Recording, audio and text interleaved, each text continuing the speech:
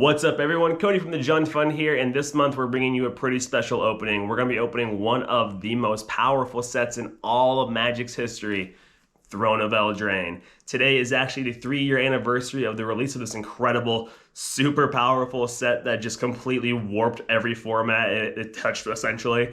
I never got a chance to open this set when it first came out due to some financial stress, but I'm super stoked to be able to open it on the channel for you guys today. So let's crack this open and see what we get. All right, everyone, let's go ahead and get this bad boy open. This set came out and just wrecked shop. I mean, completely destroyed like every format. Standard was never the same again. Just absolutely bonkers power level in this set. And also just like visually one of the coolest sets I think Magic's ever had. Leaned into the grim fairy tales and stuff like that. Very, Germanic in nature, which is really, really cool. Big fan of that stuff. But yeah, just an absolutely bonkers set and completely twisted the format and just insane. That's why I argue it is one of the most powerful sets of all time. So we have the Japanese print here. So they're going to have the rares in the front, which is a little interesting. So we have Acclaimed Contender as that first rare here.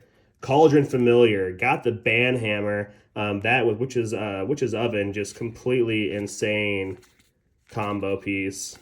But just really cool. The adventure mechanics that we have on here, really, really cool. Cast that first half, and then you have the other half in exile you can cast later. Just super, super good. Incredibly good mechanic there. So since these are the Japanese loaded, and to keep things a little bit more suspenseful,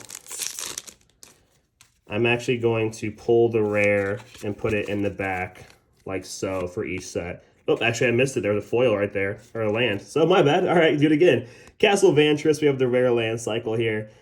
These were super good utility lands. I think they're awesome. Some are better than others. Obviously, paying 4 to scry 2 isn't exactly all that great, but the red one, Castle Embrith, and the black one, Castle Lockwain especially, is just insanely powerful lands. And they're not that expensive, which is a good thing, honestly. They're easy to get. Golden Egg, great little artifact there. Just a really, really, really cool set. So super stoked to be opening it here. All right, so let's try that little trick again, shall we? Let's do 2 cards. That should put us... Did it again. All right, we had a foil that time. All right, so apparently that technique is just not going to work today. But Escape to the Wilds, another card that got banned. This set just has so many cards get banned. That's why I argue this is one of the most powerful sets in all of Magic. I mean, that may seem like a bit of a kind of clickbaity statement there, but I'm telling you guys, this set just had such an insane impact on the game. It truly was just unreal, the level of power in this set. I mean, just crazy. It's truly crazy how powerful this set was.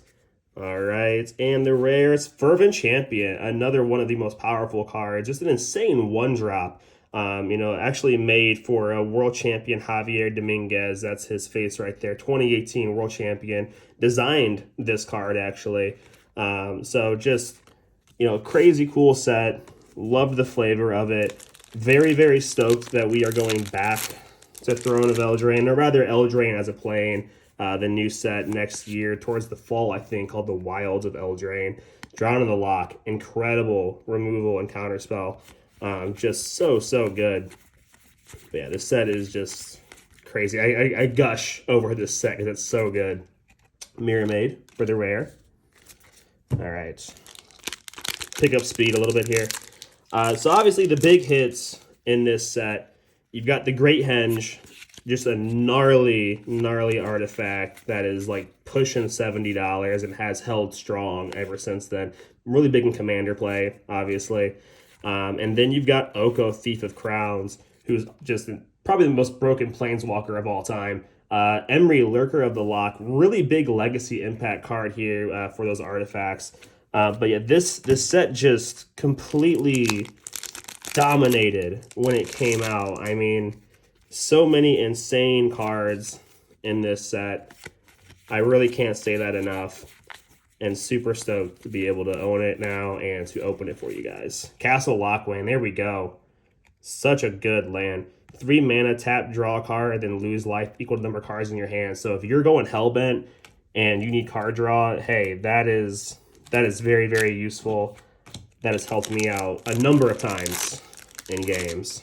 So we'll get moving a little quicker here, just for the sake of time. Oh, Feasting Troll King. All right, so we had a showcase foil there. Foulmire Knight. Looks really, really cool. That showcase fairy tale frame. That's kind of the other big thing about this set, is that, you know, it not only power-wise did it, you know, have a massive, massive impact, but this was the start of the quote-unquote fancy era of Magic. You know, the kind of high-end, premium collector boxes. This was the first one to do it, was Throne of Eldraine, and it was a huge deal. For better or worse, you know, that's what happened, and this set really brought in that variance we see today with stuff. So big impact overall on the game. And I know some people, you know, curse this set for being as impactful as it was and for changing the game, but I love it. Lovestruck Beast, super good card here. Very much, you know, Beauty and the Beast right here. They're creating the 1/1 human, and then he can attack. But yeah, just a really fun set, man. Like, I don't know. I love it personally. I'm super stoked that we're going back to it. I understand some of the hate against this set because of what it did, but I don't know, man. I think it's an awesome set, and I'm super stoked that it existed, and that we're going back. So, all right. Piper of the Swarm for all you rat deck players out there.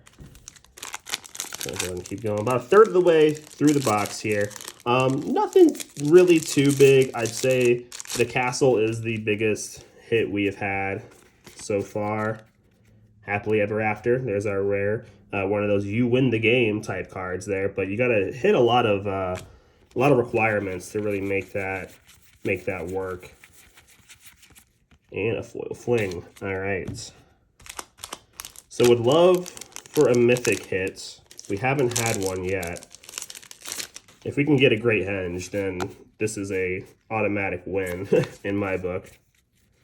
All right. Keep going here. Hey, Rankle, Master of Pranks, ask and you shall receive for a mythic. I love this card. This card is awesome, dude. Flying Haste, 3/3, deal combat damage, and you can choose any number of these effects on here. Just a really good card. Super important for rogue archetype decks. Yeah, love that card. Pretty stoked to get that one there. But let me know in the comments, guys, do you think this is one of the most powerful sets of all time? Do you think the hype is too much for it, or, you know, is it equally hyped up? We'll see. But Murderous Rider right here, another incredibly good card. I mean, 3 mana for a 2/3 lifelink. When it dies, goes back into your library. You have that adventure half, Swift End, instant speed, destroy target creature or planeswalker, you lose 2 life. That's a great card. So good, so much utility, and the alternate art is just super awesome. So that means we did have a rare, a foil rare actually, there we go. Yorvo, Lord of Garenbrig, really good mono green stompy, super good. And actually, this is gonna go over here. We'll just burn through these real quick just to see if there's anything of note, and nothing in there. All right. Go back here, pull these out just to play it safe. There we go. Hypnotic Spray, pretty cool. Mystic Sanctuary, the only common of actual value because of that recursion ability down there at the bottom. Really good. Utility land. Wishclaw Talisman, all right. The Monkey's Paw, if you will. Pretty good card, honestly. I know some people think it's not that great because it, you know, helps your opponent out too, but I think it's a great card, personally. That's just me. All right. Flip it over here. Sir Conrad the Grim. Man, what a just super good graveyard-based commander. Yeah, he's 5 mana the cost, but this dude just does it all, man. Whenever anything dies, goes to the graveyard, leaves a graveyard, he's dealing out damage. Just a super, super good card. Love that one. And Oathsworn Knight for the rare. All right, so far the box is okay. It's not great by any means right now. Would love some bigger hits to really push this through. So let's see if we can get that here. Hushbringer, really good card as well. Shuts off those enter the battlefield triggers there and die triggers as well. So really good lockdown style piece there. Would love some big hits. And Oko, like I said, a great henge would be absolute game over. You know, would definitely make this box a big win. So let's see what we can do here. And a Fae of Wishes. All right, pretty cool. That little granted half there is pretty relevant. Being able to fetch up a card you own from outside the game. Started to see a lot of that after this set. A lot of those kind of, you know, pulling from the sideboard type cards. All right, so let's see. Blacklands Paragon. Pretty good. It's got that flash, enters the battlefield, and target knight gains death touch and lifelink. So really good as like a combat trick if you're blocking. Flash him in. He's got death touch. Take out their biggest guy. And a Witch's Oven right there. Just a crazy good artifact. That with the Cauldron Familiar just creates that loop that ended up getting banned actually because of how good that loop was. But yeah, I think this set in total had something in the neighborhood of like 6 or 7 cards banned in formats from it. Just showing the absolute powerhouse this set is. Yeah, I really can't say that enough. Opportunistic Dragon for the rare, and a Beanstalk Giant in the Showcase Fairy Tale frame. All right, approaching 2/3 of the way through the box here. Not the biggest hits, which is a bit disappointing, but it's still really fun to open for you guys. Oh, there we go. Oko, Thief of Crowns. The most powerful Planeswalker, I would argue, of all time. This dude is insane. 3 mana, 4 loyalty, has 2+ abilities. Now, this second one in particular is what's insane. You tap a target artifact or creature loses all abilities and becomes a green elk with base power and toughness 3/3.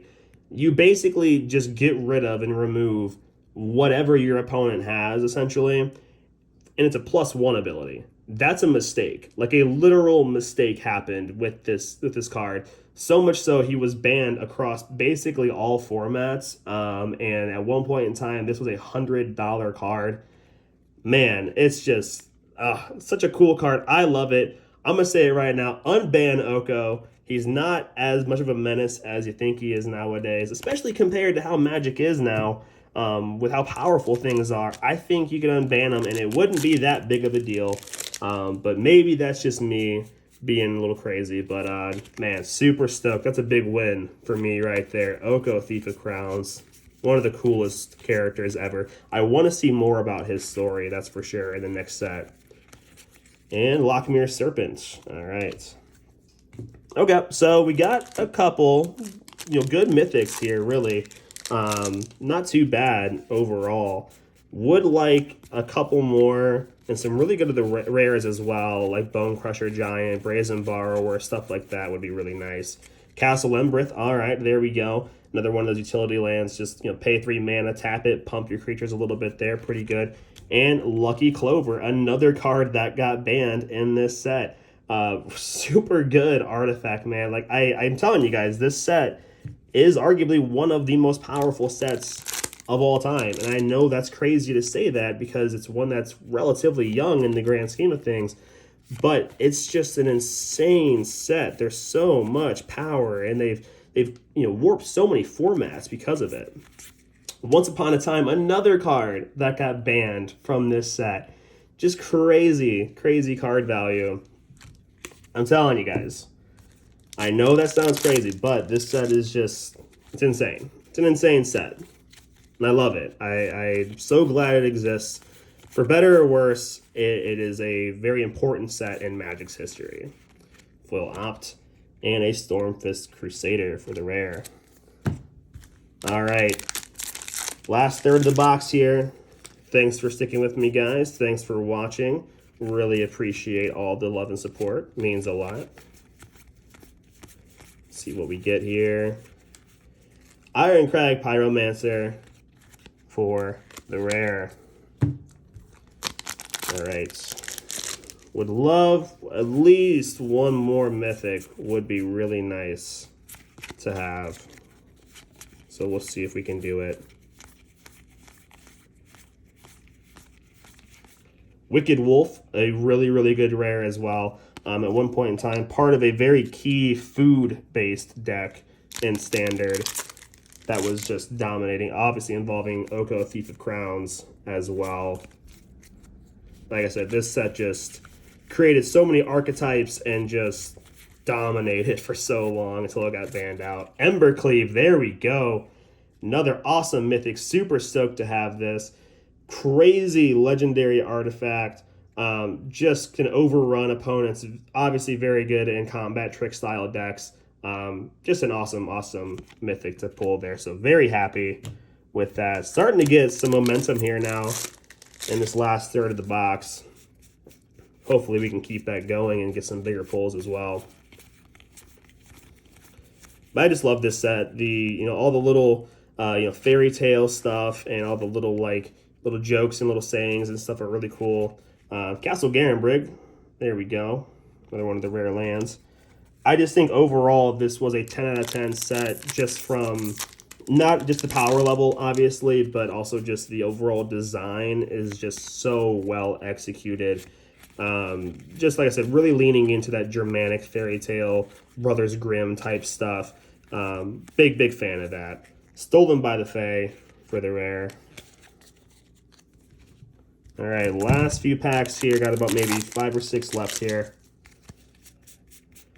Let's see how we finish up. And we've got Giant Killer for the rare. All right, if we can get a Great Henge, I consider this a complete win on this box. So let's see if we can do it. Forever Young and a Bone Crusher Giant. Crazy good rare.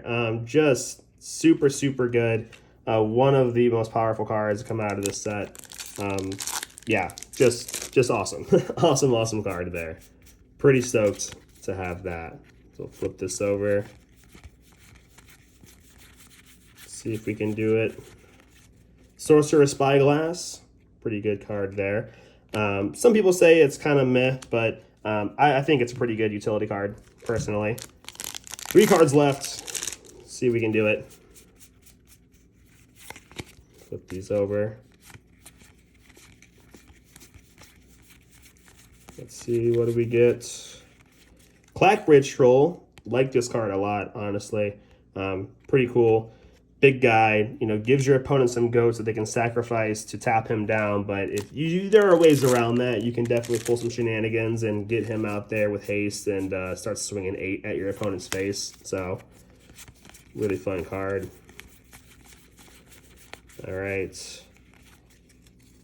Ayara, First of the Lockwayne, really good commander for mono black decks. Has that aristocrat style stuff going on there. Draining your opponents. So just pretty cool little rare there.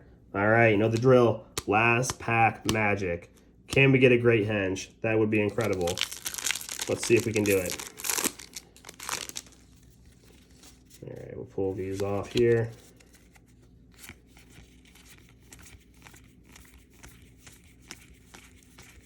Here we go. Oh, Realm Cloaked Giant for the Mythic. Not quite what we wanted, unfortunately, but still a pretty cool card nonetheless. So there we go, guys. Overall, pretty happy. Not the greatest opening, but we got some really good mythics here. Got a number of really good rares as well. We didn't get the Great Henge, which is unfortunate, but you can't win them all. That's a $70 card for a reason, obviously, kind of the chase mythic of this set. But thank you guys for joining me on this awesome adventure. I'm very stoked to have opened this box for you guys. It means a lot to me. Thank you for all the support as well. Be sure to follow me on all of my social media platforms. I have a Patreon now as well, so links for all that stuff in the description if you want to support the channel even further. I would really, really appreciate it. There are some benefits to supporting the channel as well. I'm going to be at Magic 30, so if you're going to be there, say hey, we'll play some games. It means a lot to me to have that support for you guys. But thank you as always. Have fun and play some Magic. Want to give a special shout out to my buddy DJ for being my first official Patreon subscriber. It really means a lot to me, man. Signed card coming your way. And if you would like to have your name shout out at the end of every video and get some signed cards, hit up my Patreon that I have in my links there. I got different tiered levels of subscriptions so you can support the channel in various ways, have some benefits for each one of those as well. So it really means a lot to me, helps keep this channel moving forward and progressing. But DJ, you're the man. Love you, buddy.